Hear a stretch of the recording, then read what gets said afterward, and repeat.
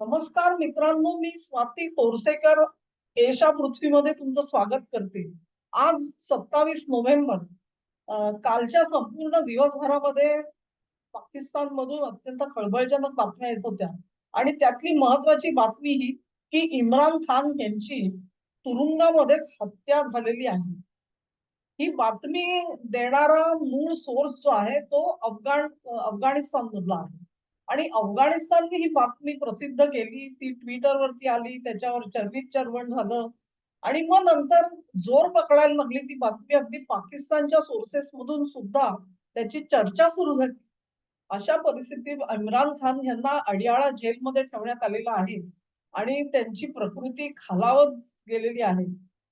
एक प्रकारे त्यांच्यावरती सूडबुद्धी ठेवून, आकस ठेवून एका मागून एक क्रिमिनल केसेस गुदरल्या गेल्या आणि त्याच्यामधून कुठल्याही प्रकारे त्यांची सुटका होऊ नये ह्याची आजपर्यंत काळजी घेतली गेलेली आहे. हे सगळं एका बाजूला होत असतं आणि हे सगळं जे सुडाचं षडयंत्र आहे, ते रचणारा आसिम मुनीर आहे. कारण आसिम मुनीर ज्यावेळी आय-एस-आयचे प्रमुख होते, तेव्हा त्यांनी इम्रान खान यांची पत्नी ज्या भ्रष्टाचाराच्या कथा खुद्द इम्रान खानलाच ऐकवल्या. ते त्यावेळी पंतप्रधान होते आणि एका पंतप्रधानाला आय-एस-आयचा प्रमुख येतो आणि हे सगळं ऐकवतो, याची चीड अर्थातच इम्रान खानला होती. तेव्हा त्यांनी आपलं वजन वापरून ह्यांची बदली करा म्हणून लष्कर प्रमुखाकडे लकडा लावला आणि त्याप्रमाणे आसिम मुनीरला ची हकालपट्टी झाली. तेव्हापासून त्यांचा इम्रान खानवरती आकस आहे आणि तो बदला जो आहे तो त्यांनी अशा प्रकारे घेतलेला आपल्याला दिसतो. इम्रान खान अटकेत गेल्यानंतर पाकिस्तानमध्ये एक काम चलाऊ सरकार चालवत होतो, राज्य चालवत होतो, परंतु हातामध्ये अधिकार काहीच नाही अशी अवस्था होती. तिथे निवडणुकाही घेतल्या गेल्या, ज्याच्यामध्ये इम्रान खानच्या पार्टीला निवडणूक लढवण्याची सुद्धा परवानगी दिली गेली नाही. अखेर त्याच्या पक्षाचे लोक हे अपक्ष उमेदवार म्हणून उभे राहिले आणि मोठ्या प्रमाणावरती जिंकून आले. हे सगळं राजकारण पाकिस्तानमध्ये चाललेलं आहे. आपल्याला माहितीये की तिथे सैन्याला जो पाहिजे आहे तोच पक्ष अखेर सत्तेवरती येतो. इम्रान खाननी आसिम मुनीर यांचा कडक विरोध केलेला असल्यामुळे इथून पुढे आसिम मुनीर हे इम्रान खानला थारा देणार नाही ह्याची खात्री होती. एक प्रकारे आसिम मुनीरच्या त्यांच्या मनासारखं चाललेलं असतं तर इम्रान खानची अवस्था ही बेनझीर भुट्टोंचे वडील जुल्फिकार अली भुट्टोंना जसं तुरुंगातच फाशी दिली गेली, त्यांच्यावरती वेगवेगळ्या ठपका ठेवून, तशा प्रकारे ह्यांची सुद्धा वासलात लावली जाईल असं पहिल्यापासून म्हणत होते. फक्त आता फरक एवढाच पडला आहे, की अमेरिकेला अशा पद्धतीच्या हत्या ज्या आहेत त्याचा गवगवा व्हायला नकोय आणि म्हणून अमेरिकन दडपणाखाली अशा प्रकारची कारवाई इम्रान खानवरती केली जाणार नाही याची एक प्रकारे जगाला खात्री होती. पण आता ह्या ज्या बातम्या येतायत त्याच्यामुळे हे सगळं चित्र पालटलेलं आपल्याला दिसतं. मुळात ह्या बातमीचं सत्यता पडताळून पाहता येते का आपल्याला? तर थोडंसं तुम्ही जर का मागे जाल तर तुमच्या लक्षात येईल, की अ, बातम्या असं सांगतायत, की इम्रान खान यांना भेटायला त्यांचे नातेवाईक वारंवार तुरुंगामध्ये जात होते. त्याच्यामध्ये त्यांच्या बहिणी सुद्धा होत्या. बहिणी त्यांना जाऊन तुरुंगात भेटून विचारपूस करत होत्या. त्यांच्याकडे इम्रान खान जे काही बोलत असत, त्याचंच इम्रान खानचं स्टेटमेंट म्हणून, राजकीय वक्तव्य म्हणून या बहिणी प्रसिद्धीला द्यायच्या. तेव्हा हा सगळा सिलसिला आतापर्यंत चाललेला होता. गेल्या वेळी जेव्हा त्यांची बहीण त्यांना भेटायला गेली, तेव्हा तिला तिच्या अगदी जिंज्या पकडून तिला फरफटत बाहेर आणलं. शुद्ध मराठीत सांगायचं झालं तर. आणि हे झाल्यानंतर सगळे सावध झालेले होते आणि आता त्या बहिणी असं सांगतायत, की गेले 3 आठवडे आम्हाला त्यांची भेट सुद्धा घेऊ दिली गेलेली नाहीये. आणि ही बातमी अत्यंत गंभीर आहे. जर का 22 दिवस जवळ-जवळ आजचा 23वा दिवस इम्रान खानला त्याचे नातेवाईक भेटलेले नाहीत. या व्यतिरिक्त त्यांना तिथे जेलमध्ये कोण भेटत होतं? हा प्रश्न आहे आणि तो अनुत्तरित आहे. म्हणजे जो कोणी त्यांची जी सेल असेल, कोठडी असेल, तिचा जो कोणी अटेंडंट असेल, त्यांनी त्यांना कधी बघितलं? त्यांनी शेवटचं जेवण कधी घेतलं? किंवा त्यांना जर का ते आजारी पडले, असं असेल, तर त्यांना कुठे डॉक्टरांच्या तपासणीसाठी नेलं गेलं का? कुठल्या हॉस्पिटलमध्ये नेण्यात आलेलं होतं का? ते नेण्यात येताना त्यांच्यासोबत कोण होतं? कुठल्या डॉक्टरनी त्यांच्यावरती उपचार केले? असे विविध प्रश्न जे आहेत ते आज उपस्थित होताना दिसतायत. आणि त्याचे एकही उत्तर आपल्याला मिळत नाहीये. या उलट इम्रान खानला दगाफटका झाला, ह्या बातमीवरती विश्वास ठेवून पाकिस्तानची जनता ही अडियाळा जेलकडे कूच करताना दिसते आहे. फार मोठ्या प्रमाणावरती तिकडे गर्दी जमू नये म्हणून म्हणून जमावाला पांगवण्यासाठी सैन्याकडून विविध प्रयत्न केले जात आहेत आणि तरी देखील लोक जुमानत नाहीयेत. ही गोष्ट व्यवस्थित आपल्याला अगदी दिसून येते. तुम्हाला सोशल मीडियामध्ये सुद्धा जे प्रतिक्रिया येत आहेत त्याच्यावरून तुम्हाला सहज कळेल. एक गोष्ट स्पष्ट आहे, की इम्रान खानमध्ये जर का आज कोणी सर्वात लोकप्रिय राजकारणी असेल, तर तो इम्रान खान आहे. पाकिस्तान मधला सर्वात लोकप्रिय राजकारणी हा इम्रान खान आहे. भले तो जेलमध्ये असेल आणि त्याच्यावरती ह्या आसिम मुनीरनी वेगवेगळ्या प्रकारचे खटले भरून त्याला अपराधी म्हणून घोषित केला असेल. याबद्दल काही वाद नाही मनामध्ये. पण तरी देखील लोकांच्या मनामध्ये इम्रान खान बद्दल अशासाठी प्रेम आहे, की पाकिस्तानच्या लोकांचा भ्रमनिरास झालेला आहे. आपलं सैन्य आपलं रक्षण करू शकतं का? ह्याबद्दल त्यांच्या मनामध्ये संदेह आहे. आपलं सैन्य आपला देश चालवू शकतो का? ह्याबद्दल त्यांच्या मनामध्ये संदेह आहे. आणि मग अर्थातच त्या जुलमी सैन्याचा वरवंटा ज्याच्यावरती फिरतो आहे तो इम्रान खान हा जनतेला सर्वात अधिक लोकप्रिय वाटला तर नवल नाही. जवळचा वाटला तर नवल नाही. तेव्हा ही झाली राजकीय परिस्थिती झाली. तुम्ही जर का बघाल की ह्या ज्या पाकिस्तानमधल्या डेव्हलपमेंट्स आहेत, त्याच्या जोडीने काय झाले लक्षात घ्या. 17 ऑक्टोबरला आपल्याकडे काश्मीरमध्ये ते पोस्टर लावलं गेलं. आठवतं तुम्हाला? मग त्याचा शोध घेता घेता त्या संदीप मला वाटतं चक्रवर्ती ह्या पोलीस अधिकाऱ्याला शंका आली आणि त्यांनी पोस्टर लावणारी जी मुलं होती त्यांचा कसून तपास घेतला तेव्हा ती दगडफेक करणारी मुलं आहेत असं लक्षात आलं. म्हणजे 5-6 वर्षापूर्वी हे गुजराण कशी करायचे तर दगडफेक करून करायचे. मग त्यांना ताब्यात घेऊन जेव्हा सगळा प्रकार शोधण्याचा प्रयत्न झाला तेव्हा मग हे सगळं डॉक्टरांचं रॅकेट बाहेर आलं आणि हे डॉक्टरांचं रॅकेट हे डॉक्टरांपुरतं नाही. अहमदाबादमध्ये रिसिन म्हणजेच ज्याला WMD म्हणतात, weapons of mass destruction, at A time एकाच वेळी हजारो लाखो लोकांना मारण्याची जी काही शस्त्र असतात त्याच्यामधलं केमिकल वॉरफेअर हे एक धरलं जातं. त्याचा हे जवळजवळ 3,000 किलो अमोनियम नायट्रेट मिळालं, जवळजवळ 400 किलो RDX मिळालं त्यांना. वेगवेगळ्या ठिकाणी स्टोअर केलेलं होतं. त्याच्यामध्ये जवळजवळ 200 डॉक्टर्स हे पोलिसांच्या चौकशीच्या फेऱ्यामध्ये सापडलेले दिसतात आणि मॅटर्स इथेच नाही तर काल परवा एक खंदक सुद्धा मिळाला दिल्लीच्या जवळ, ज्या खंदकाच्या भिंती 5-5 फूट रुंद केलेल्या होत्या. तेव्हा इतका भक्कम खंदक कशासाठी होता? हमासने जे गाझापट्टीमध्ये केलं, भूमी अंतर्गत संपूर्णपणे खंदकांचं साम्राज्य तिकडे तयार केलेलं आहे आणि त्याच्यातून ते ऑपरेट करत होते. तेव्हा अशीच काही योजना भारतात होती का?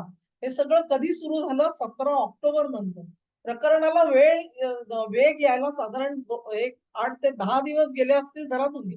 27 ऑक्टोबर पासून ह्या सगळ्या कटाची व्याप्ती जी आहे ती भारत सरकारच्या डोळ्यासमोर आल्यानंतर अर्थात सरकारने भरपूर तयारी केली. त्याच्यात सोबत 2 गोष्टी होणार होत्या. आठवत असेल तुम्हाला, एक म्हणजे 17 नोव्हेंबरला शेख हसीना यांच्या विरुद्धचा निकाल यायचा होता आणि दुसरं 11 नोव्हेंबरला पाकिस्ताननी 27वी घटना दुरुस्ती करण्याचा संकल्प सोडलेला होता.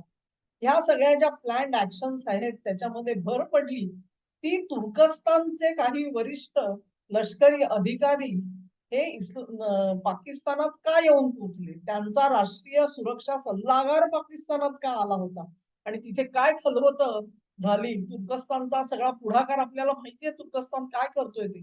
त्यांच्या संमतीशिवाय आणि त्यांच्या पाठिंब्याशिवाय पाकिस्तानात पान हलत नाही अशी आज अवस्था आहे. तेव्हा हे तुर्कस्तानी लोक तिथपर्यंत येऊन पोहोचले. या सगळ्यावरती भारताचा अर्थातच नजर होती, डोळा होता आणि म्हणून गेल्या काही दिवसामध्ये म्हणजे नोव्हेंबरमध्ये दिवाळीच्या आसपासपासून तुम्ही जर का एकंदरीतच विचार केलात आणि एका मागून एक स्टेटमेंट्स येणारी बघितली.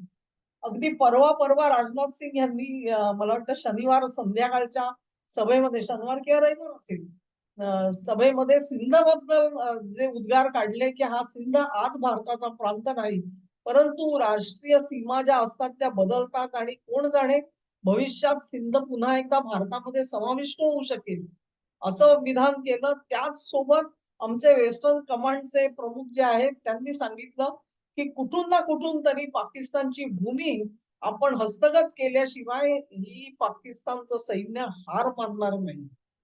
ही सगळी जी स्टेटमेंट्स एकामागून एक भारताकडून येत आहेत. 10 नोव्हेंबरच्या बॉम्बस्फोटानंतर भारताने अत्यंत सावधपणे त्या हल्ल्याचं जनकत्व कोणाकडेही अजून दिलेलं नाहीये.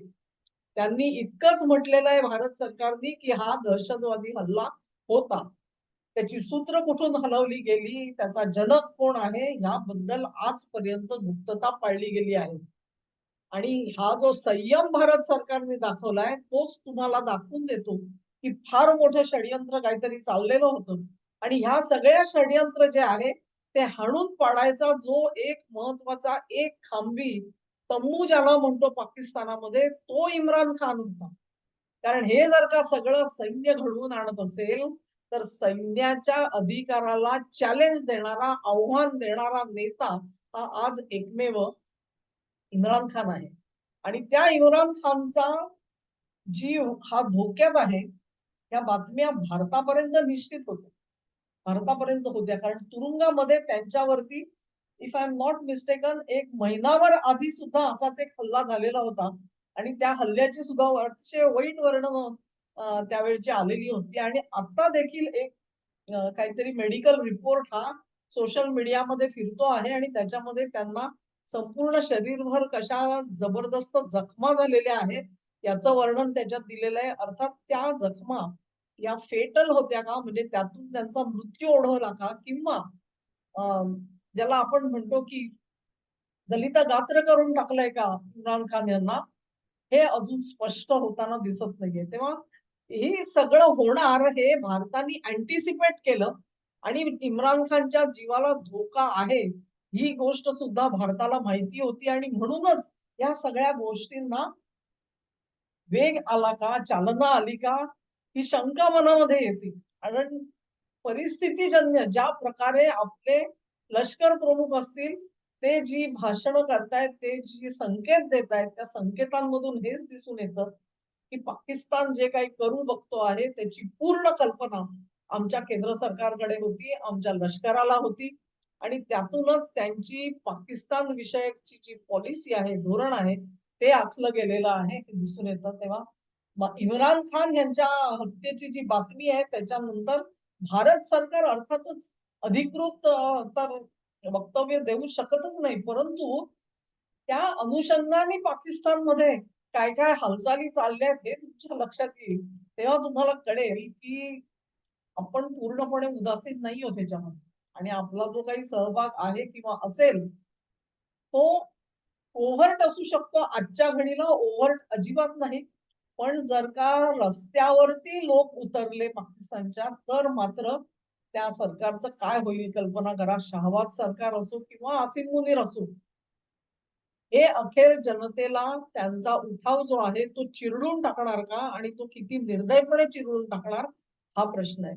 म्हणजेच एक प्रकारे पाकिस्तान हा कुठून ना कुठून तरी असीम मुनीरनी जो हा बॉम्बस्फोट घडवून आणला, किंवा हे जे मोठं षडयंत्र, आणि त्याच्यामध्ये असं सांगितलं जात होतं की पुतीन भारतामध्ये येणार त्या मुहूर्तावरती काहीतरी करायचं, 6 डिसेंबरच्या मुहूर्तावर काहीतरी करायचं, हा जो सगळा प्लॅन आखला गेला, तो प्लॅन हा पाकिस्तानवर उलटवण्याचा वेगळा मार्ग भारताने शोधलेला तर नाहीये ना.